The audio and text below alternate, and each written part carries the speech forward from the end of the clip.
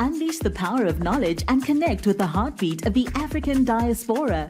Download our African Diaspora News Channel app now on Google Play and Apple App Store. Stay informed with authentic and diverse perspectives, breaking news, and cultural insights. Immerse yourself in a community that celebrates unity, resilience, and progress. Experience the vibrancy of the diaspora at your fingertips. Don't miss out. Empower your perspective today. Search African Diaspora News Channel and join the conversation. A South African sister by the name Kenna Loko asks her fellow South Africans why it is easy for Black South Africans to forgive white people but not other African people. Watch this clip, we'll come back and discuss. To my South Africans, I come in peace, but I just want to understand something, guys. I have a question. Why is it so easy for us to forgive white people when they commit crimes in our country, but it's so difficult to forgive our African sisters and brothers when they do the same thing, like when they commit a crime in our country? For example, white people stole the land from us many, many years ago, and they haven't brought it back still today, right? Still a crime, and they don't even wanna take accountability for oppressing our parents and doing all those things that they were doing, like killing Black people and stuff like that. Instead, they'll gaslight us and tell us we need to move on. It was not them, it was their great-grandparents and stuff like that, right? And we literally forgave them without them even asking for forgiveness. They don't even want to take accountability for anything that they're doing. White people not so long ago killed Black people and fed them to pigs. We let it slide. We're not loud about it. We were not angry enough. I don't even know where it ended. And then a white man ran over a 6-year-old katrak. We still were not angry enough about it. We were angry and it was just and we moved past it, right? So that means that we have forgiven them and we have moved on. We are focusing on other things. Yet those people committed a crime. And we are not even saying they must be banned. They must, I want the petition. We don't need those people on the streets. But when it's Nigerians or Zimbabweans, we're always so angry. For example, Storisa Chidima. Chidima, we know that her parents committed a crime, right? And she benefited from the crime, basically. And we removed her from the competition. We were so angry. Everyone was just so angry. We couldn't let it slide. We were literally not gonna rest until Chidima and Tiwa out of competition in South Africa. And we couldn't wait for her Nigeria, because we felt like she stole someone's identity, right? We were so angry. And even now, Chidima has moved on with her life. She's doing so well in Nigeria. She's going to Miss Universe in Tontoni. I see a lot of South Africans still following her and still bullying her. And, they don't wish her well. Go tweet, having her on TikTok, how do videos that she made. A lot of people are still angry at her. A lot of people still can't find it in their hearts to forgive her for what she did, right? And whenever something got Chidima says right, you literally see people celebrating, and I don't understand. Why is it so hard to forgive her and all the other African people? But it's so easy. We let white people slide. We are able to live with white people in our country, and they own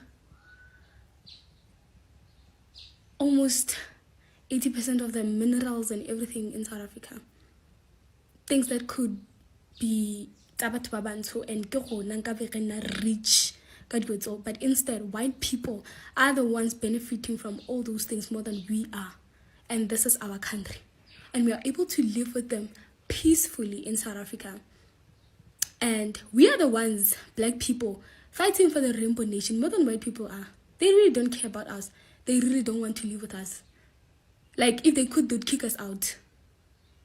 Right? But we can't live with Zimbabweans.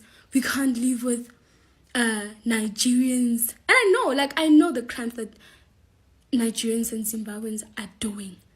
But, guys, we can't exclude white people from the crimes that they are doing in our country. Or the crimes that they've committed. So I just wanted to know, like, what's the problem? Like, where did we get lost? Where did this hatred for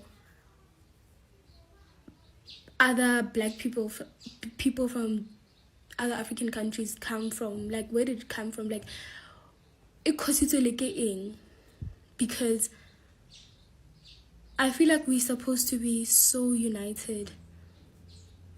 We should be more lenient to them than we are lenient to white people. At this point, it really seems like the white man is still the master and Rona, we are the slaves. We are still scared of them. And we will never call them to order because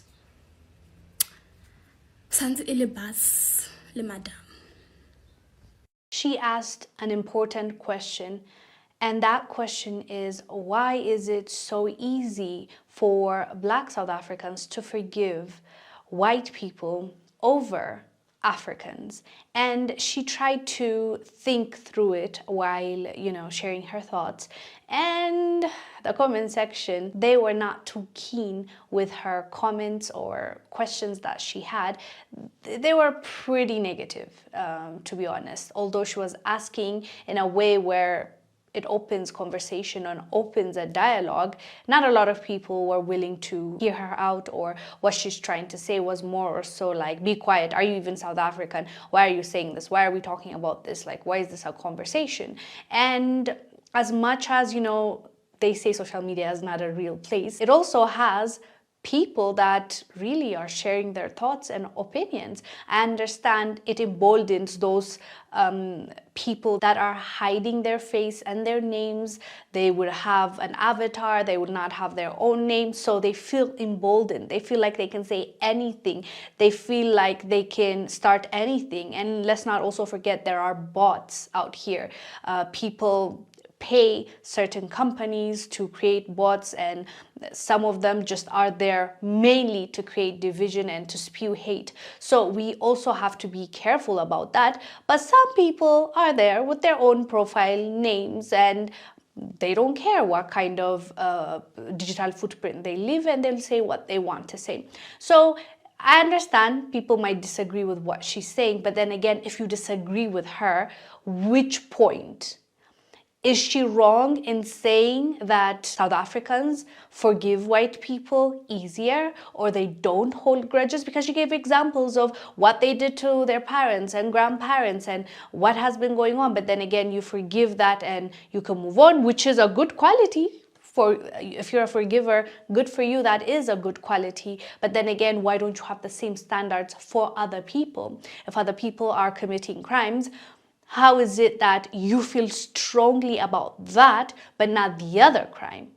You know what I mean? Crime is a crime, in my opinion. In my opinion, if, someone comes to your country and they are committing a crime, obviously, you are going to feel some type of way. Obviously, you want the justice system to deal with them, and you want peace, and you want to live in your own country without fear. It makes sense, and that's all of us, I would say. It's just in my opinion, it's a valid question that she's asking. We want a response that is a proper response, like so that we can have a conversation, deal with it, and move on, instead of just like calling each other out and basically, telling her that she's also not from that country because she has a different opinion.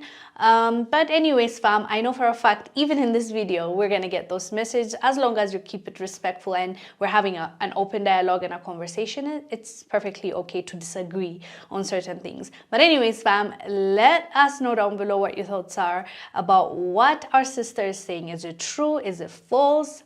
And tell us the reason why you think it's any of those answers. I am Wongel Zelalem.